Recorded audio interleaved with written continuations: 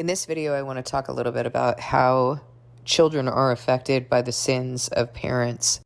And this is really very interesting, but God was talking with me about this as he was waking me up this morning. And what he was showing me is that children eat the fruit that is born from their parents. Everyone is producing fruit. If you're producing good fruit, your children are going to partake of that good fruit. If you're producing bad fruit, your children are going to partake of that bad fruit. As my daughter has been breastfeeding my grandson, she has become very aware that what she eats affects the baby. And she had been praying about this and asking God how exactly are children affected. And he raised something with her in her own experience with Jeremiah, and he spoke to her through this, demonstrating to her how we pass things on to our children. You know, in counterfeit Christianity, I remember that there was this huge emphasis on bloodline. And the interpretation was that people are passing down sins through their bloodline, through their blood. That's ridiculous. Your blood is not carrying sins, but your children are partaking of the fruit that you're presenting them with. They're learning from your behaviors. They're mimicking the things that you're doing. Even when you think that your children are going to somehow only do as you say and not as you do. And this leads to sins in the bloodline. That is sin that is being passed down through behavior, through learned behaviors. Your child is never going to learn how to live in their heart and spirit if you're all jacked up in your flesh all the time. Just like you couldn't have really learned how to do something different from what your parents were doing. That's your repertoire. That's how you approach the world because that's what you know. That's how you approach life because that's what you know. Ezekiel 18. The word of the Lord came to me. What do you people mean by quoting this proverb about the land of Israel? The parents eat sour grapes and the children's teeth are set on edge. As surely as I live, declares the sovereign Lord, you will no longer quote this proverb in Israel. For everyone belongs to me, the parents as well as the child. Both alike belong to me. The one who sins is the one who will die.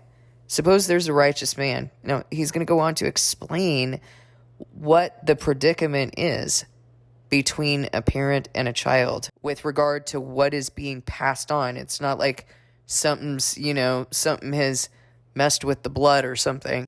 Bloodline just refers to who's descended from whom. There's no infected blood. As surely as I live, declares the sovereign Lord, you will no longer quote this proverb in Israel. For everyone belongs to me, the parent as well as the child. Both alike belong to me. The one who sins is the one who will die. Suppose there is a righteous man who does what is just and right. He does not eat at the mountain shrines or look to the idols of Israel. He does not defile his neighbor's wife or have sexual relations with a woman during her period. He does not oppress anyone, but returns what he took in pledge for a loan. He does not commit robbery, but gives his food to the hungry and provides clothing for the naked. He does not lend to them at interest or take a profit from them. He withholds his hand from doing wrong and judges fairly between two parties. He follows my decrees and faithfully keeps my laws. That man is righteous. He will surely live, declares the sovereign Lord. Suppose he has a violent son who sheds blood or does any of these other things, though the father has done none of them. He eats at the mountain shrines. He defiles his neighbor's wife. He oppresses the poor and needy. He commits robbery. He does not return what he took in pledge. He looks to the idols. He does detestable things. He lends at interest and takes a profit. Will such a man live? He will not.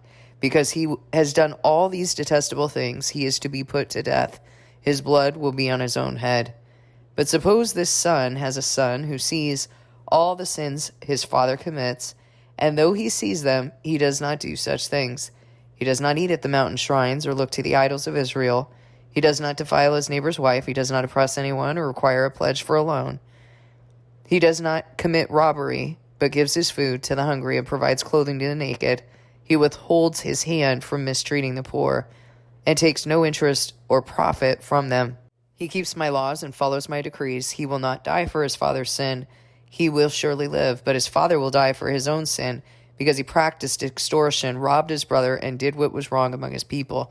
All right, so he's talking about a father and then a son, and then who becomes a father and then a son. He's talking about the fruit of each of these individuals and whether or not and how they're learning from each other. And surely children do continue in the behaviors of their parents. You know this. Surely when a parent is doing things that are wrong, that child is going to pick up on some of that. That is being passed down through the bloodline. And when a person continues to live in these sins, they end up cursed.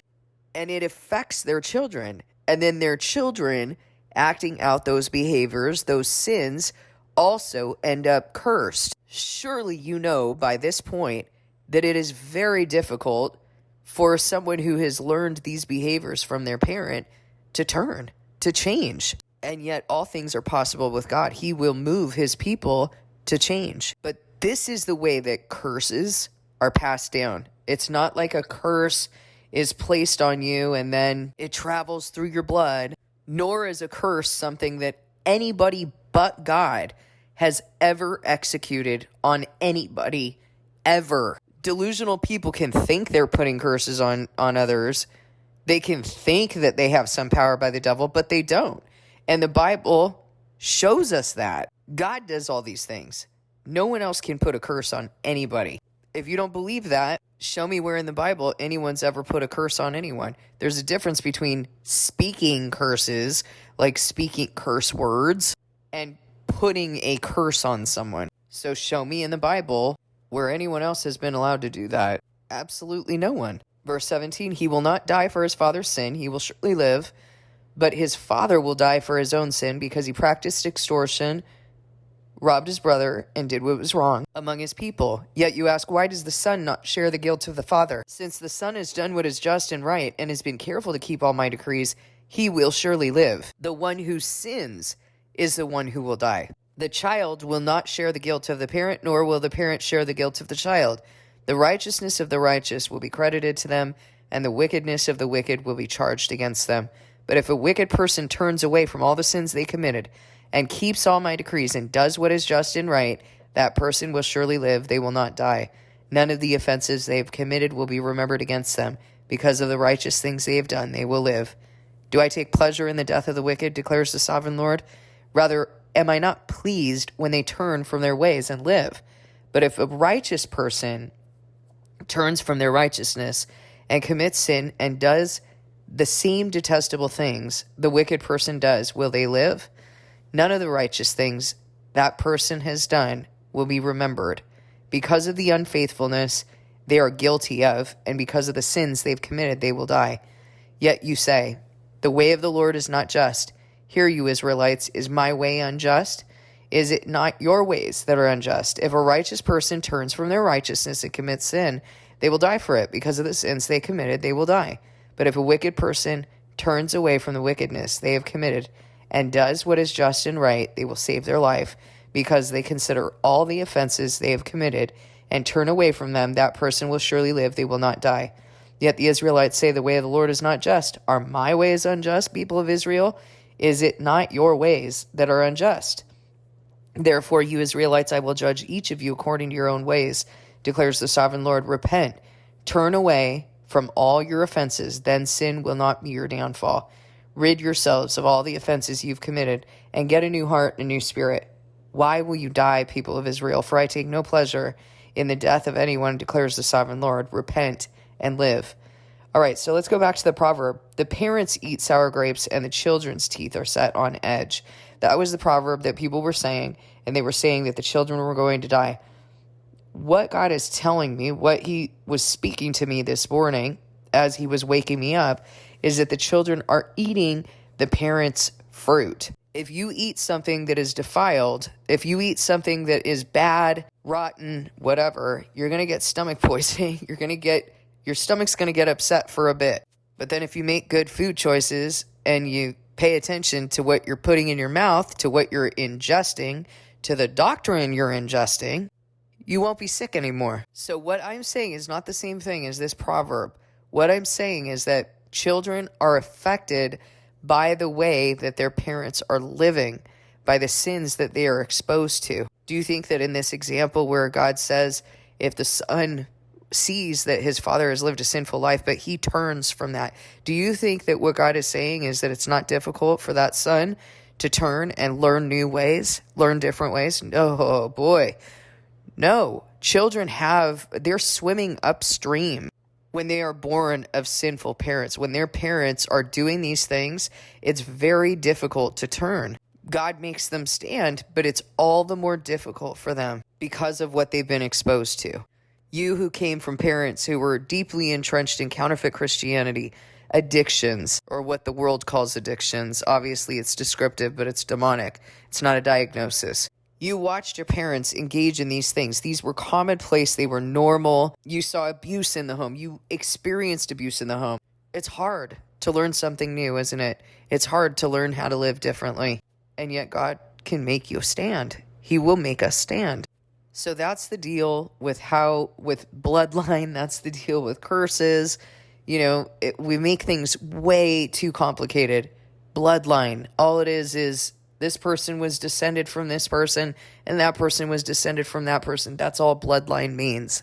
Curses are punishment, and they often include, if not always include, being handed over to the spirit you've chosen. By the time God is punishing and sending curses, you've been rebuking him, like you've actively made the decision that you're not going to follow him. So you're handed over to that spirit for the degradation of your flesh. And if you have children, your children are being exposed to watching you. They're being exposed to your behaviors, and they're not going to come out unscathed. It doesn't mean that they won't be saved because of your behaviors, but it's going to be real hard for them to turn because that's all they know.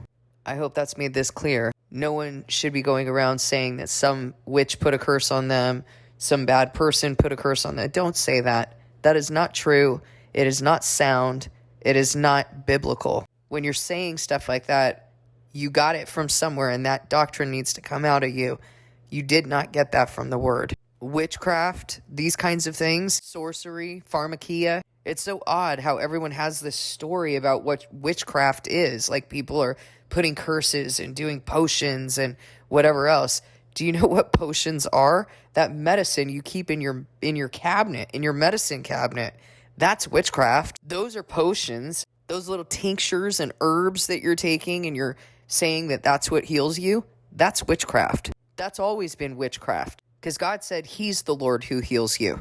Go back to the word and get away from this false authority of the world and this story that they've drummed up in order to deceive you, and all of those many movies and, all of the Hollywood depictions of what these things mean. And it's so insidious, like you've been exposed to it everywhere, haven't you? Oh, what sign are you? What month were you born in? Let's read our horoscope. It's just for fun. It's just fun. Let's take this personality test. Oh, let's play with this magic 8-ball and see what it says. Let's consult the magic 8-ball. Let's consult these tarot cards. Let's consult the horoscope. Let's consult the human experts. Let's take their tinctures and pills and let them cut us open. Like, do you see where I'm going?